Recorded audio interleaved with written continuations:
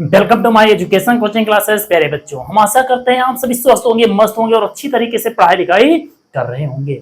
आज का हमारा जो टॉपिक होगा, हम लोग चर्चा करने वाले हैं ग्रामर पर, जो हर एक क्लास के लिए, चाहे वो 9th हो, चाहे वो 10th हो, चाहे वो 11th हो या 12th हो, उन सभी में हम लोग चर्चा करने वाले हैं एक्टिव एंड पैसिव वॉइस, किस प्रकार एक्टिव और पैसिव बनाते हैं, इन पर हम लोग चर्चा करेंगे। बस अपने माइंड को कंसंट्रेट करके रखिएगा और एक एक पॉइंट को अच्छे से सीखिएगा और समझिएगा। बस हम लोग शुरू करने वाले हैं। पास्ट इंडेफिनिट का अफर्मेटिव हम लोग पिछले वीडियो में पढ़ चुके हैं, जो हमारे प्लेलिस्ट में है, उन पे जाकर के देख लेना बेटा। उसमें बनाया गया है ग्रामर फॉर ऑल क्लास, तो वहां पर ग्रामर में जाकर के जब जाओगे तो वहां पर तुम्हें मिलेगा 9 वीडियो मिल जाएंगे। हम लोग पार्ट 10 पढ़ने वाले, 10वां पार्ट जो हम लोग पढ़ेंगे वो पढ़ेंगे पास्ट इंडेफिनिट का नेगेटिव सेंटेंस। इनके जो नियम होते हैं, सबसे पहले उन नियमों के बारे में हम लोग थोड़ा सा चर्चा कर लेते हैं। अगर बात करें, नेगेटिव बनाते समय सहायक क्रिया के बाद नॉट लगाते हैं। यदि वाक्य के बीच में कभी नई शब्द आए तो उसकी अंग्रेजी हम नेवर लिखते हैं। क्या चीज? नेगेटिव बनाते समय सहायक क्रिया के बाद नॉट लगाते हैं, और यदि वाक्य के बीच में कभी नई शब्द आए तो उसकी अंग्रेजी नेवर लिखते हैं और उसे अफर्मेटिव के समान बनाते हैं। बात आती है भैया अनुवाद के नियम की। अनुवाद का नियम किसे कहते हैं?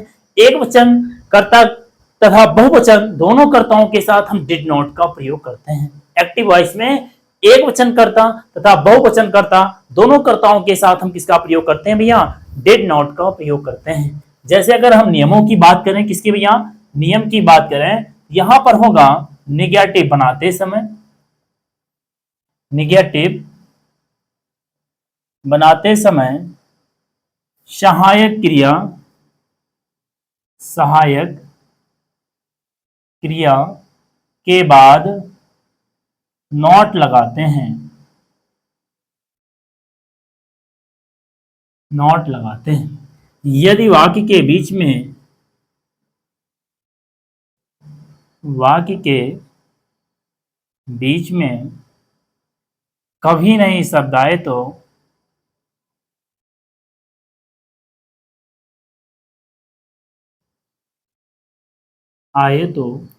उसकी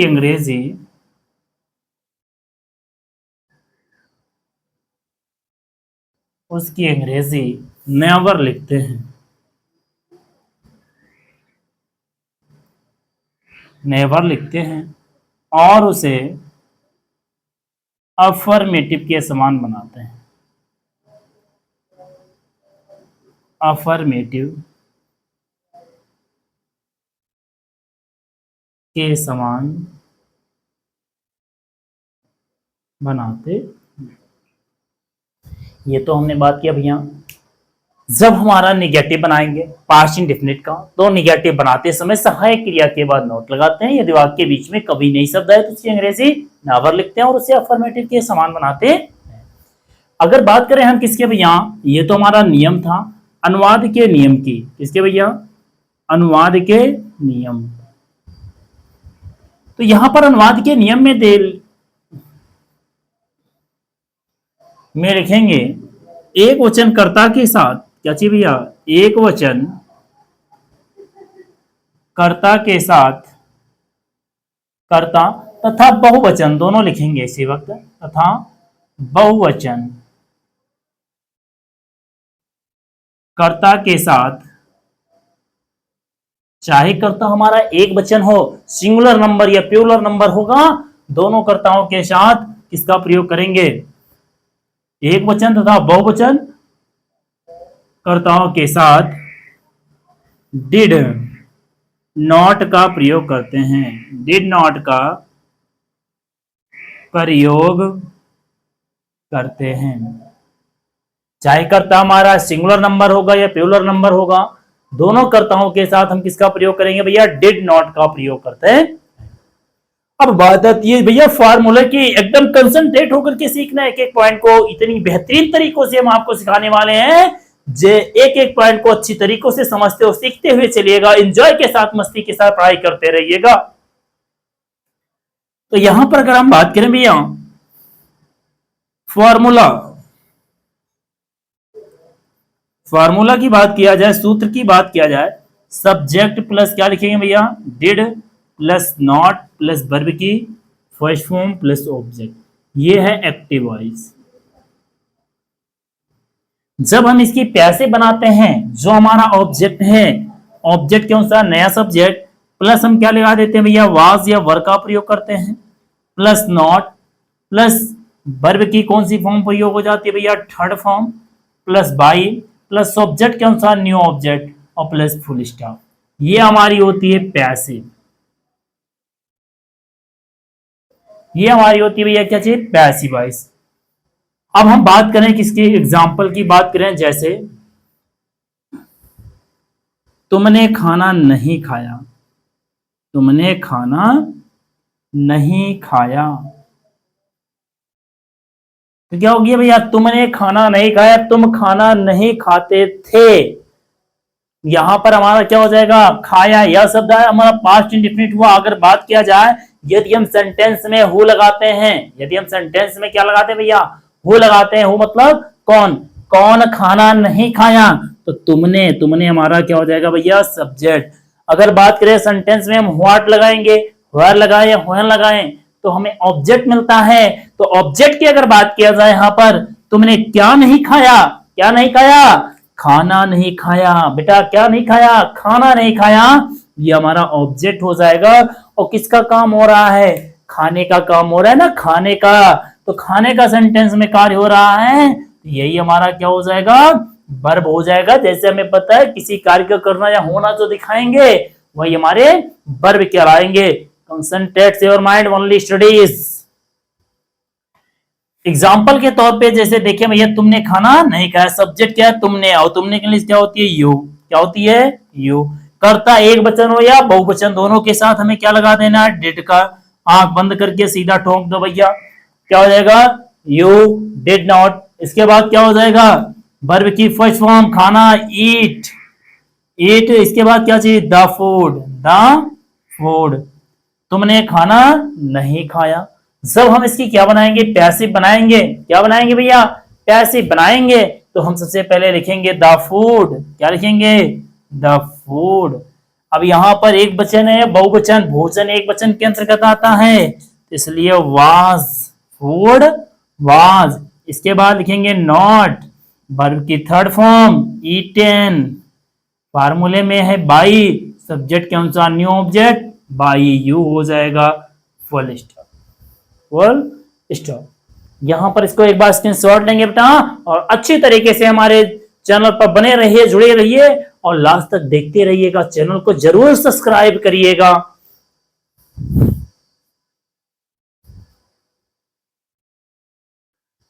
भैया अब हम लोग चर्चा करेंगे, तो हमारा निगेटिव सेंटेंस था, बात करेंगे इंट्रोगेटिव सेंटेंसों की। किसकी, इंट्रोगेटिव सेंटेंस क्या होते हैं, किसके, पास्ट इंडेफिनिट के इंट्रोगेटिव सेंटेंसों पर हम लोग चर्चा करेंगे और अच्छी तरीके से इनको समझेंगे और सीखेंगे।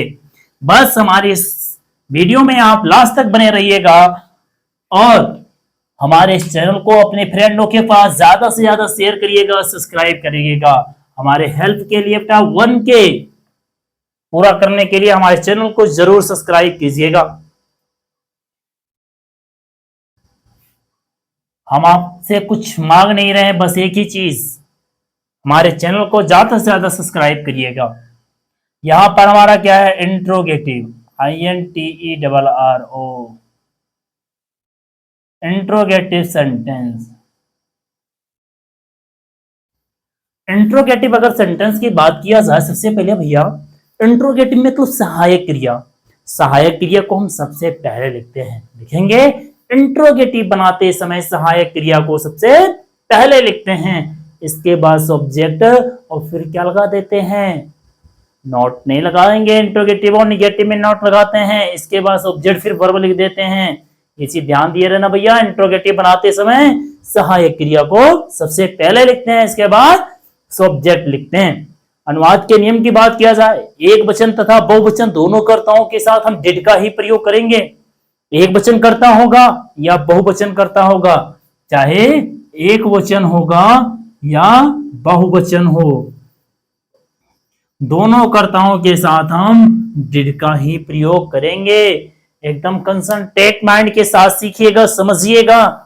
क्योंकि time and tide wait for none, समय बहुत कीमती है बेटा आपके लिए, और इस समय को एक एक क्षण आपके लिए बहुत ज्यादा इंपॉर्टेंट होने वाला है। बस हमारी इस वीडियो के लिए में बने रहें, लास्ट तक देखते रहें। अब यहां पर नियम की अगर हम बात करें, किसकी भैया, नियम, इंट्रोगेटिव है निगेटिव, क्या लिखेंगे भैया, इंट्रोगेटिव। इंट्रोगेटिव बनाते समय सहायक क्रिया, सहायक क्रिया के बाद, सॉरी, सहायक क्रिया को सबसे पहले लिखते हैं, सहायक क्रिया को सबसे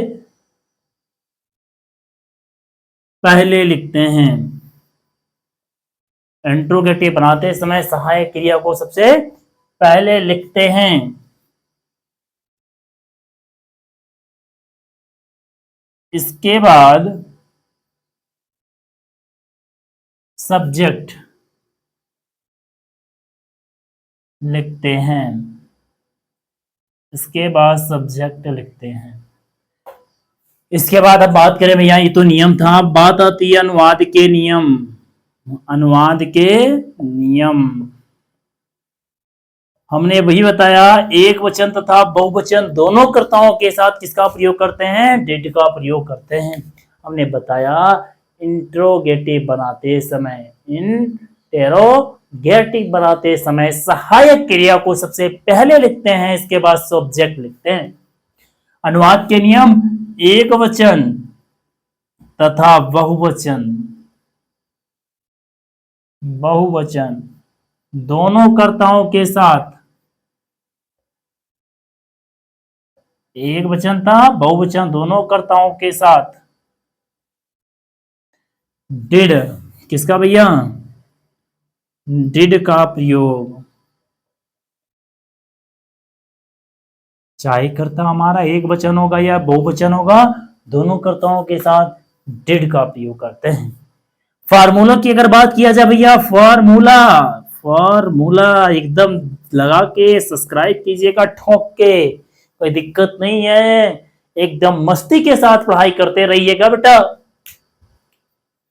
फॉर्मूला, फॉर्मूला हमारा सबसे पहले क्या है, लिखेंगे सबसे पहले डिड सहायक क्रिया, फिर सब्जेक्ट, फिर हमारी कौन क्या होगी भैया, वर्ब की फर्स्ट फॉर्म प्लस ऑब्जेक्ट। और ये क्वेश्चन मार्क मत भूलिएगा, बहुत ज्यादा इंपॉर्टेंट क्वेश्चन मार्क है।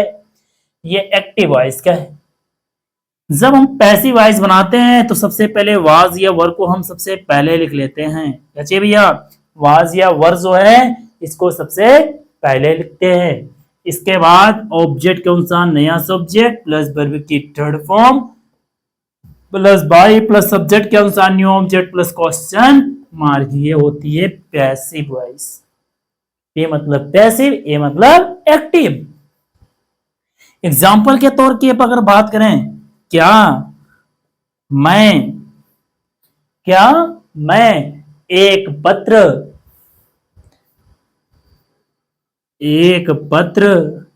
लिखता था, क्या मैं एक पत्र लिखता था, अगर बात किया जाए क्या मैंने एक पत्र लिखा, फिर भी हमारा पास्ट इंडेफिनिट का इंट्रोगेटिव होगा।